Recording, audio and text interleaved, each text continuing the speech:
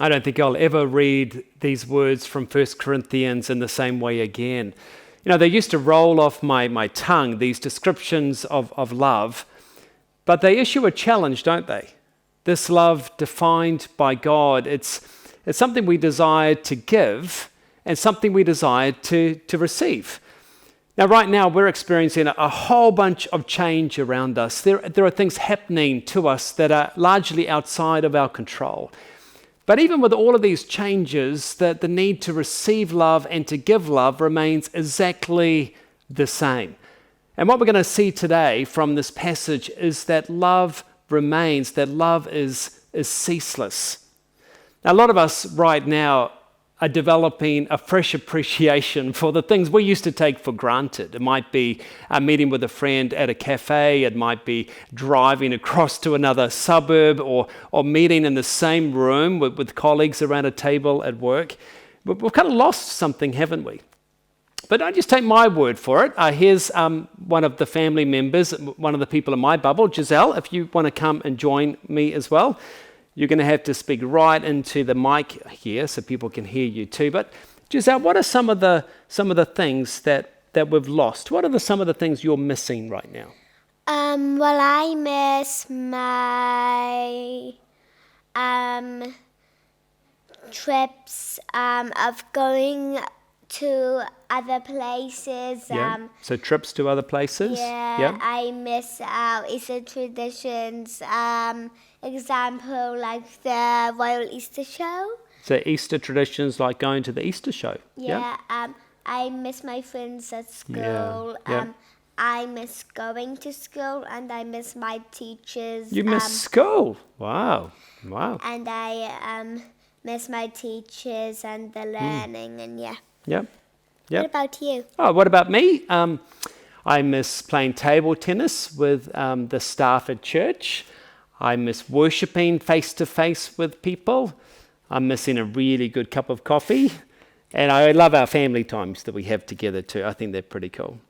Now, your bubble will have your own list of things that you can come up with. The things that you're missing, because we've all lost something. But again, love does not need to be lost in moments like this. You see, I've been reminded of this in the love habits that I'm seeing all around me. Even in my family bubble this past week or two. So amidst these crazy moments, I'm reminded about love and the way my kids continue to give me hugs in the morning and right now. I'm reminded of love in the way that Robin has curated these amazing moments for our family during these last few days. The encouragement that Robin gives to me, particularly after a whole bunch of Zoom meetings back to back that many of you will be able to relate to right now. Outside of my family, I also think of my church family and the reminders of love that are all around me. Even the pictures behind me were a gift from Lydia and Will Batts, this aroha to us as a family. I think of the calls being made within our church family, checking in with everybody, another demonstration of love. All of this reminds me of what Paul says here, that love is a big deal. Now, Giselle, thank you for joining us. You can head off and enjoy some other things now too. Thank you. Okay, so we've been reminded about these famous words in 1 Corinthians. And we're coming to realize that this description of love is for everybody, all relationships. And what we've increasingly found is that these words are familiar, and yet at the same time, their ideas are largely unfamiliar to us. It's this idea that love is so unexpected. So let's come back and actually see what Paul says here in 1 Corinthians chapter 13. Because Paul tells us what love is by showing us what love does. He says, love is patient, love is kind. These two phrases that serve like an umbrella for everything that he says from here on in. And then he tells us 8 things that love doesn't do. Love is not jealous or boastful or proud or rude. It doesn't demand its own way. It's not irritable. It keeps no record of being wronged. It does not rejoice about injustice. And then notice how Paul concludes with 5 things that love does. Love rejoices whenever the truth wins out. Love never gives up. Love never loses faith. It's always hopeful. It endures through every circumstance. Now, there's one there that we're honing in on today, and it's this one. Love always hopes. Love sees beyond the here and now. It sees what love can do to somebody, sees what this person can become because of love. Love looks at people differently. Regardless of what's happening around us, love sees something in the future because love hopes. In his travels from place to place, Jesus once encountered a man with leprosy, better known today as Hansen's disease. And this man didn't just have the disease on part of his body, but the writer, who has the name Luke, who himself was a medical doctor, says this guy was like covered with leprosy. And if you've ever seen a person in this state, it's bad, it's really bad. This man's body was diseased from head to foot and distorted from head to foot. Effectively, his skin was rotting away. The stench would be unbearable. At the same time, people of this time wrongly thought this man was highly contagious, which he wasn't. But because of their limited understanding of leprosy, men with his condition had to stay 2 meters away from everybody else. That might sound familiar to us. And he had to, as he walked along, he had to warn people that he was there, and he would have to cry out, "Unclean, unclean." Imagine what that would do to your psyche. Now, when we experience that 2 meter gap, most people smile with us as we pass by them on our walk, and we keep our distance, and we realize we're all in the same boat. But this man never enjoyed smiles from other people. Most people just, turned their glance from him. They would cross the street to avoid him. He lived his life in isolation permanently. Men with his condition lived in separate communities, quarantined for life. He was defined by a particular label, a leper. That was who he was.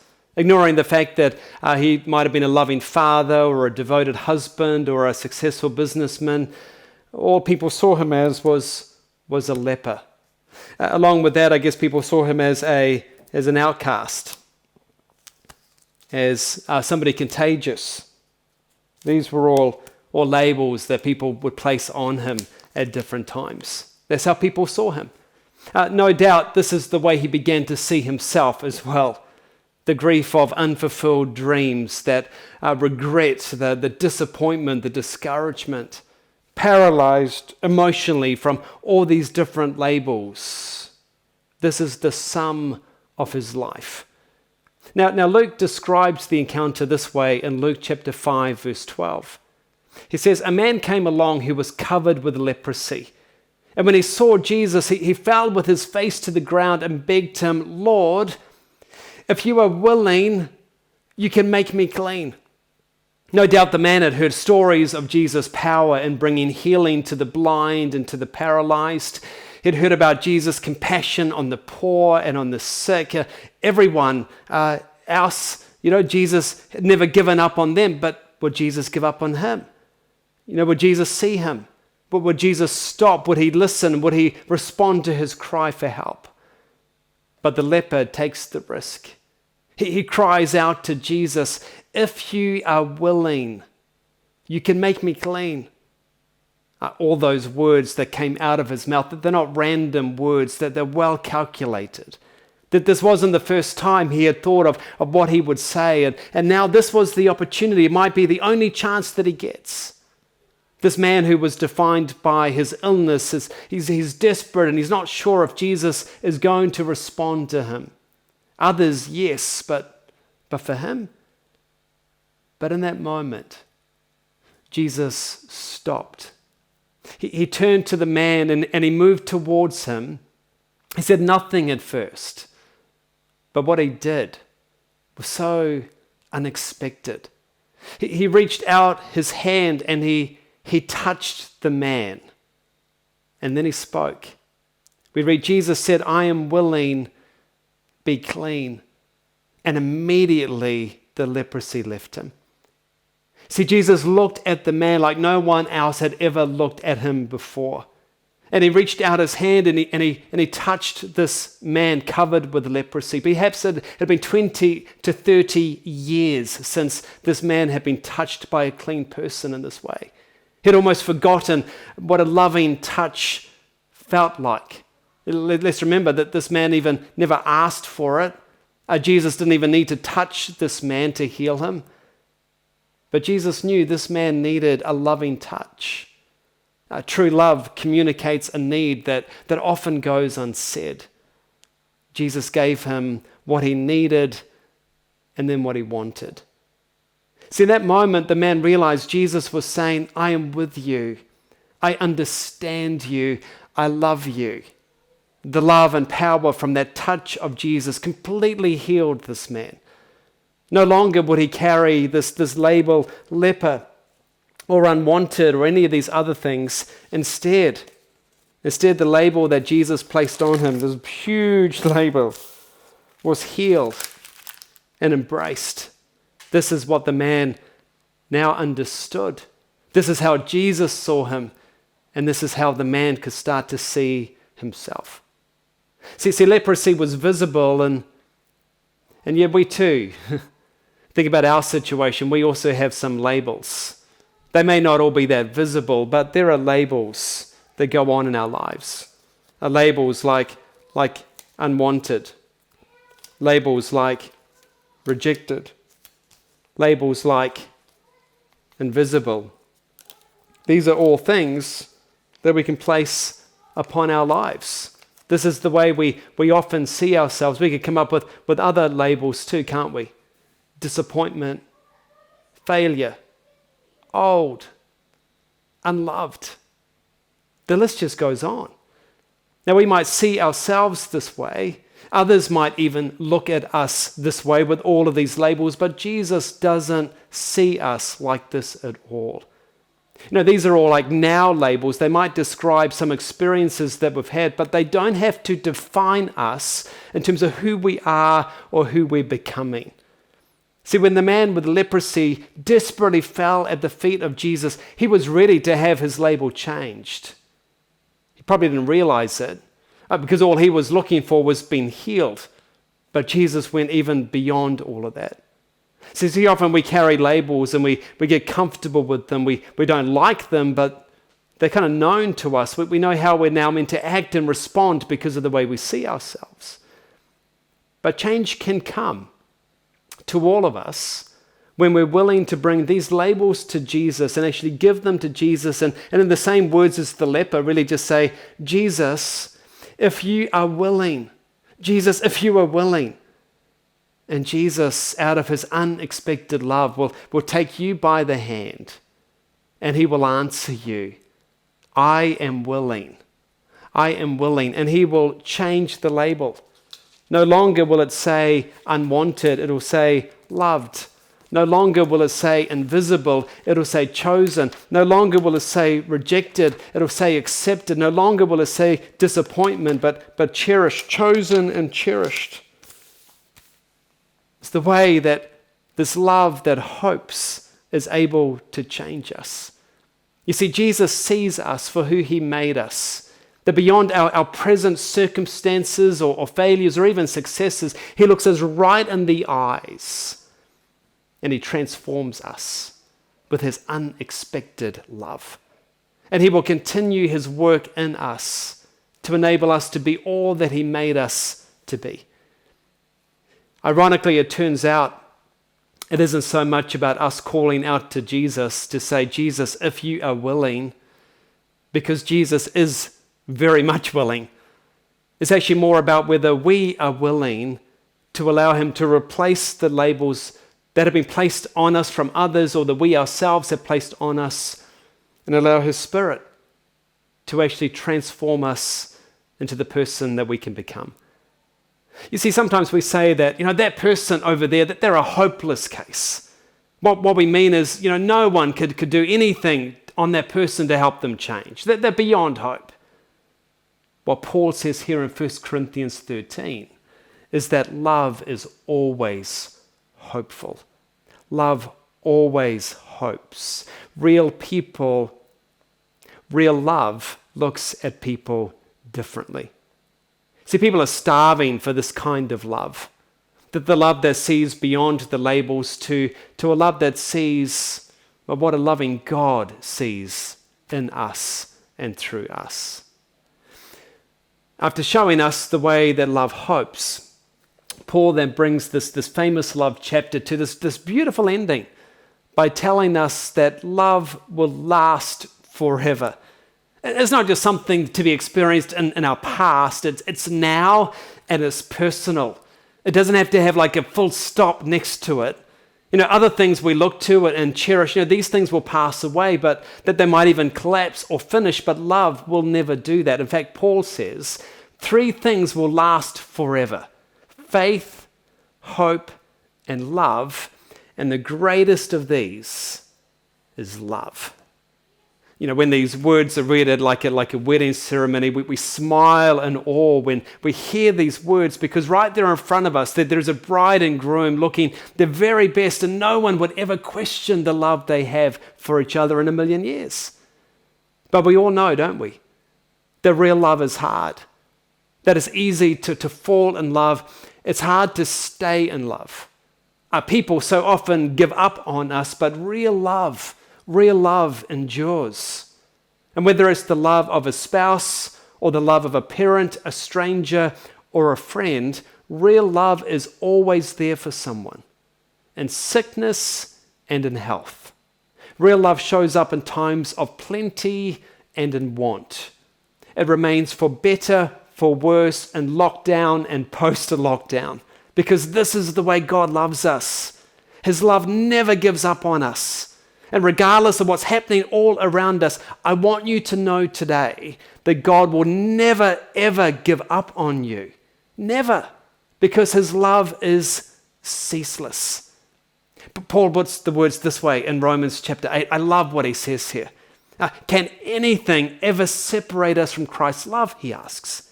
Does it mean he no longer loves us if we have trouble or calamity or are persecuted or hungry or destitute or in danger or threatened with death? I mean, we could add in lockdown situations in there, I guess. Goes on, no, despite all these things, overwhelming victory is ours through Christ who loved us.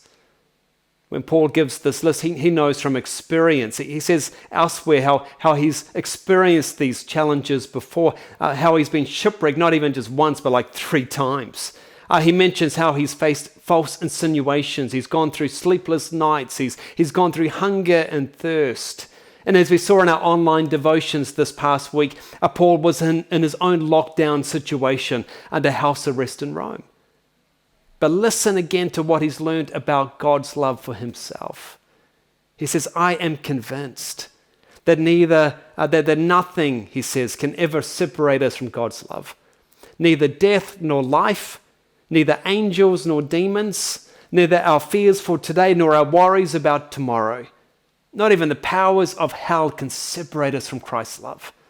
No power in the sky or in the earth below, indeed nothing in all creation will ever be able to separate us from the love of God that is revealed in Christ Jesus our Lord.